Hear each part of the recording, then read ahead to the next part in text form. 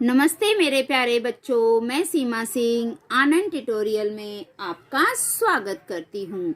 बच्चों, आज की पाठशाला में हम कक्षा 7वीं विषय हिंदी विषय में बच्चों आज हमारा पाठ 12 स्कूल चलो।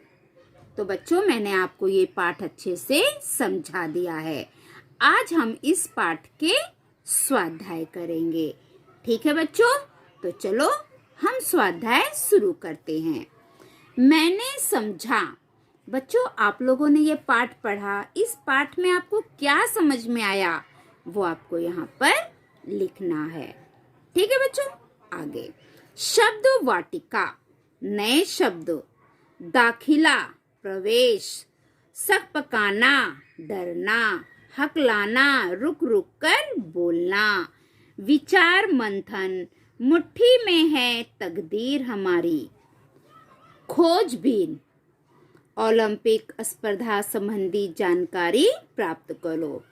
तो बच्चों, ये जो ओलंपिक स्पर्धा की जानकारी है ये आप गूगल से सर्च करिए कि ये जो ओलंपिक स्पर्धा है इसकी शुरुआत कब से हुई है, कब से ये प्रारंभ हुआ है, इसके प्रतीक चिन्ह कौन क्या है और ये कौन कौन से देशों में इसका आयोजन हुआ है और अगली बार ये कहाँ पे होने वाला है और ओलंपिक में पदक पाने वाले भारतीय कौन कौन हैं, उनके नाम। ये सारे विषय के प्रश्नों के उत्तर आपको गूगल पे मिल जाएगा, तो आप गूगल पे जाके सर्च करिए। ठीक है बच्चों, अब अगला मेरी कलम से।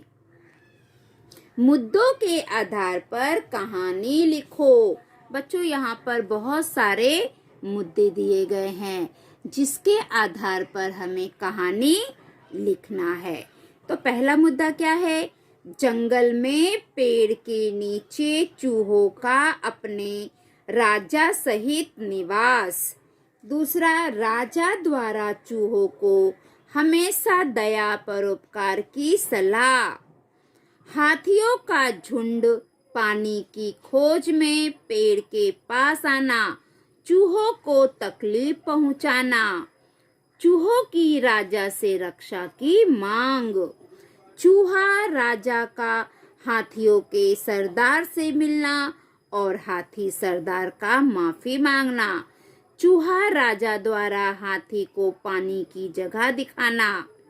हाथियों का शिकार करने शिकारी का आना, हाथियों को जाल में फंसाना। हाथियों का संदेश चिड़िया द्वारा चूहा राजा को पहुंचाना। चूहा राजा का चूहों को सहायता करने भेजना। चूहों का जाल काटना। और आखिरी में आपको क्या सीख मिली और इसका शीर्षक क्या होगा, ये आपको करना है। तो बच्चों, इसकी कहानी आप लोग कैसे बनाओगे? कोई बच्चा मुझे बताएगा? चलो अच्छा, मैं आपको इसकी कहानी बताती हूँ कि आपको कहानी कैसे करेंगे। ठीक है, तो सुनो बच्चों। एक जंगल था। इस जंगल में चूहे पेड़ के नीचे अपने राजा के साथ रहते थे, वहां पे निवास करते थे। जो जंगल था ना बच्चों, जंगल में पेड़ तो बहुत थे, लेकिन पेड़ के नीचे जो चूहा था वो अपने राजा के साथ वहां पे रहता था, निवास करता था। और जो चूहों का राजा था ना, वो बहुत अच्छा था। वो हमेशा चूहों को बोलता था हमें दूसरों की मदद करना चाहिए, दूसरों की सहायता करनी चाहिए, उन पे दया करनी चाहिए। हमेशा यही सलाह राजा किसको देता था? अपने चूहों को देता था कि हमेशा हमें दूसरों के काम आना चाहिए। कोई मुसीबत में फंसा हो तो हमें उसकी मदद करनी चाहिए, भलाई का कार्य करना चाहिए। फिर एक दिन क्या होता है बच्चों, उस जंगल में एक हाथियों का झुंड आ जाता है। हाथी का झुंड जंगल में ना पानी की तलाश कर रहे थे। उन्हें पानी नहीं मिल रहा था। जाते जाते वो लोग उसी जंगल में पहुंच जाते हैं जहां पर चूहा और उनके राजा रहते थे। ये हाथी लोग क्यों भटक रहे थे? पानी की खोज में। वो उसी जंगल में आ जाते हैं जिस जंगल में पेड़ के पास चूहा अपने राजा के साथ रहता था। और जब वो हाथी वहां पे आ जाते हैं ना, उससे चूहों को बहुत नुकसान पहुंचता है, उनको बहुत तकलीफ होती है। तो चूहे क्या करते हैं, चूहे अपने राजा को बोलते हैं कि राजा जी, हमें बहुत तकलीफ हो रही है, आप हमारी रक्षा करिए, आप हमारी मदद करिए उन हाथियों से। तो जो चूहा के जो राजा थे ना, वो हाथियों के राजा से वो बोलते ठीक है, मैं हाथियों के राजा से मिलता हूँ और उनसे मैं बात करता हूँ। फिर वो क्या करते हैं कि हाथी के राजा से मिलने के लिए जाते हैं और जो हाथी के सरदार हैं वो चूहों के राजा से माफी मांगते हैं कि हमारे झुंड के जो हाथी है उनकी वजह से आपको जो तकलीफ हुई है उसके लिए मैं आपसे माफी मांगता हूँ, मुझे माफ कर दो। ऐसा कौन बोलता है, जो हाथियों का सरदार रहता है। जो हाथी के सरदार थे ना, वो चूहे के सरदार, चूहे के जो राजा है उनसे माफी मांगते हैं कि हमारे हाथियों के द्वारा आपको जो भी कष्ट हुआ है, जो भी तकलीफ हुई है, उसके लिए हम आपसे माफी मांगते हैं। चूहों के राजा ने भी उन्हें माफ कर दिया और हाथियों को पानी का रास्ता दिखा दिया। चूहा द्वारा हाथी को पानी की जगह दिखाना, और फिर जो चूहा है, चूहा के राजा है, वो हाथी को पानी की जगह दिखा देते हैं। हाथियों का शिकार फिर जब वो पानी की जगह दिखा देते हैं तो वो लोग वहां पर चले जाते हैं। और ऐसे बहुत दिन के बाद क्या होता है, जो शिकारी लोग होते हैं ना, जो हाथी को पकड़ते हैं, वो शिकारी लोग आते हैं और वहां पे जाल बिछा देते हैं। वो सोचिए, अगर हम यहाँ पे जाल बिछा देंगे और हाथी पानी पीने आएंगे तो वो उसमें फंस जाएंगे। तो शिकारी क्या करता है, वो जाल बिछा देता है और जब वो जाल बिछा के चला जाता है तो हाथी लोग वहां पे जाते हैं और उस जाल में फंस जाते हैं, क्योंकि उनको नहीं पता था यहाँ पे जाल बिछा हुआ है। और वो जब जाते हैं तो उसमें फंस जाते हैं। फिर क्या होता है मालूम है, जो हाथियों का संदेश है चिड़िया द्वारा चूहा राजा को पहुंचाना। फिर जो चिड़िया है उसने हाथी के सरदार का संदेश राजा को पहुंचाया। तो जो हाथियों का राजा है वो चिड़ियों को संदेश देते हैं कि आप चूहे के राजा को ये संदेश दे दीजिए कि हम लोग फंस गए हैं, हमारी मदद करो। कौन बोलता है, हाथी का राजा। वो संदेश भेजता है चिड़िया के द्वारा, किसको, चूहे के राजा को, कि हम लोग यहाँ पर फंस गए हैं, हमारे ऊपर बहुत मुसीबत आ गई है, आप हमारी मदद करिए। फिर चूहे लोग क्या करते हैं, चूहे लोग उन हाथियों की मदद करने के लिए वहां पर चले जाते हैं। शिकारियों ने जो हाथी को पकड़ने के लिए जाल बिछाया था ना, तो चूहे क्या करते हैं, उस जाल को अपने दांतों से काट देते हैं।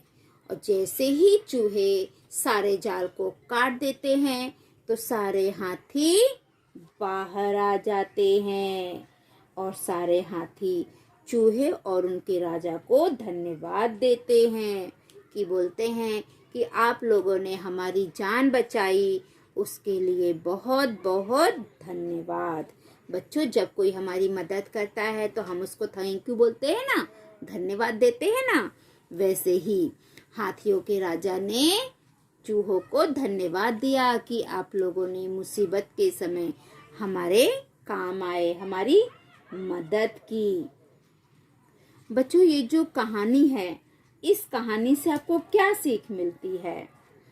इस कहानी से हमें सीख मिलती है कि अगर कोई हमारे मदद करे, हमारा उपकार करे, तो हमें उसे कभी भी भूलना नहीं चाहिए।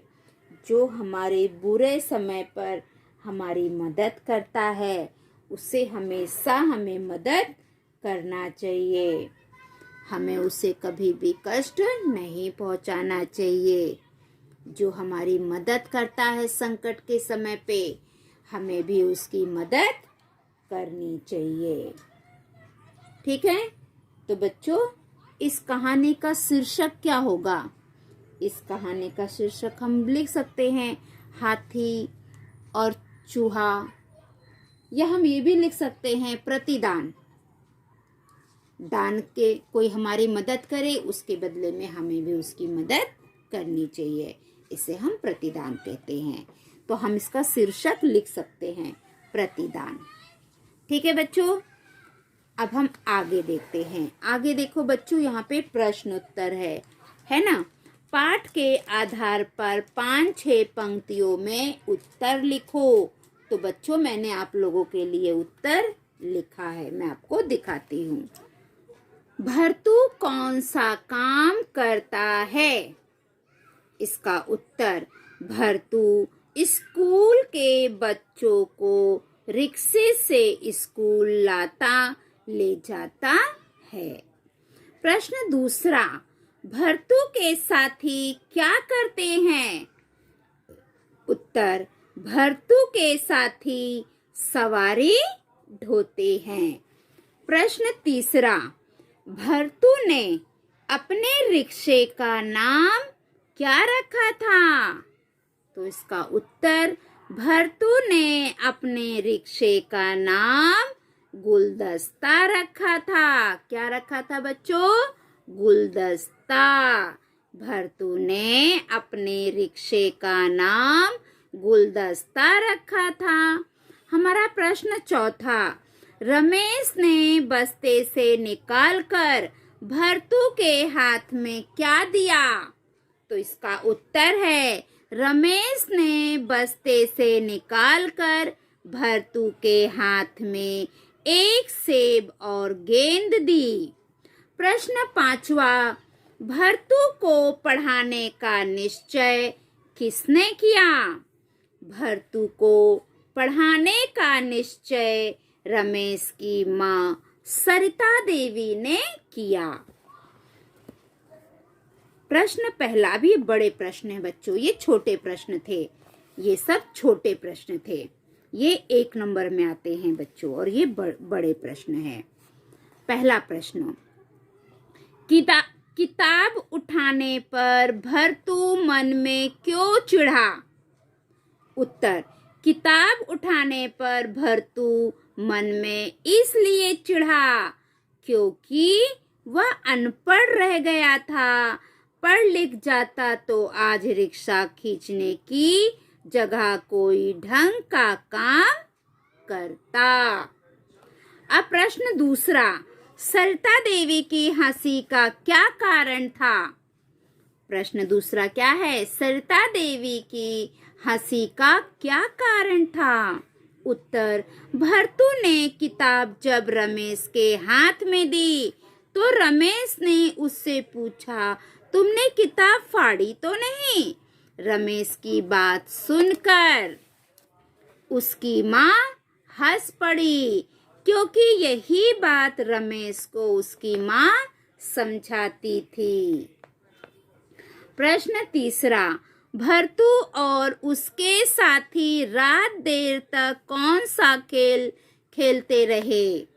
तो उत्तर बच्चों, रमेश ने भरतू के हाथ में एक सेब और गेंद रख थमाकर उसे ए बी बोलने के लिए कहा। रमेश ने क्या किया था? भरतू के हाथ में एक सेब और एक गेंद दिया और भरतू को ए बी बोलने के लिए कहा। उस रात देर तक भरतू और उसके साथी ए बी का खेल खेलते रहे। उनके बीच देर तक गेंद और सेब उछलते रहे। कमरे में हंसी गूंजती रही। अगला प्रश्न, भरतू रमेश के घर के बाहर किस लिए खड़ा था? उत्तर देखो बच्चों, भरतू ठीक 5 बजे रमेश के घर के बाहर खड़ा था। कुछ देर बिना घंटी बजाए सोच में डूबा खड़ा रहा। उसके मन में डर था कि रमेश की माँ ने उसे क्यों बुलाया है। घंटी बजाने पर रमेश ने दरवाजा खोला और उसका हाथ पकड़कर अंदर ले गया। भरतू की पढ़ने की इच्छा जानकर सरिता देवी ने उसे पढ़ाने के लिए बुलाया था। अगला प्रश्न बच्चों, तीसरा, सरिता देवी ने कौन सी बात तय की? तो इसका उत्तर देखो बच्चों, सरिता देवी को उनके बेटे रमेश ने बताया था कि भरतू पढ़ना चाहता है। सरिता देवी शादी से पहले बच्चों को पढ़ाया करती थी। अब उन्होंने बड़ों को पढ़ाने का निश्चय किया। सरिता देवी ने भरतू से ही अपना स्कूल शुरू करने का निश्चय किया। इस कार्य में रमेश के पिताजी की सहमति थी। प्रश्न छठा, भरतू, रमन आदि बीच बीच में गांव किससे मिलने जाते थे? तो इसका उत्तर है बच्चों, भरतू, रमन तथा और 4 लोग एक किराए के मकान में रहते थे। सभी अपने अपने गांव में शहर से रोजगार की तलाश में आए हैं। सभी के परिवार गांव में हैं। वे उनको पैसे भेजते रहते हैं। बीच बीच में वे कुछ दिन के लिए घर वालों से मिलने के लिए गांव जाते थे। ठीक है बच्चों? तो बच्चों, इन सभी प्रश्नों के उत्तर मैंने अभी आपको कॉपी में दिखाया है। ठीक है? अब आगे, सदैव ध्यान में रखो, कभी भी किसी का मन टूटने ना देना। भाषा की और वर्णों एवं शब्दों के मेल को देखो, पढ़ो और समझो। महर्षि ध्यान मग्न बैठे थे। दूसरा, कन्याकुमारी का भानुदय अप्रतिम होता है। तीसरा, राष्ट्रीय संपत्ति की सुरक्षा प्रत्येक का कर्तव्य है। पहला, रोगी को तत्काल भर्ती कराया गया।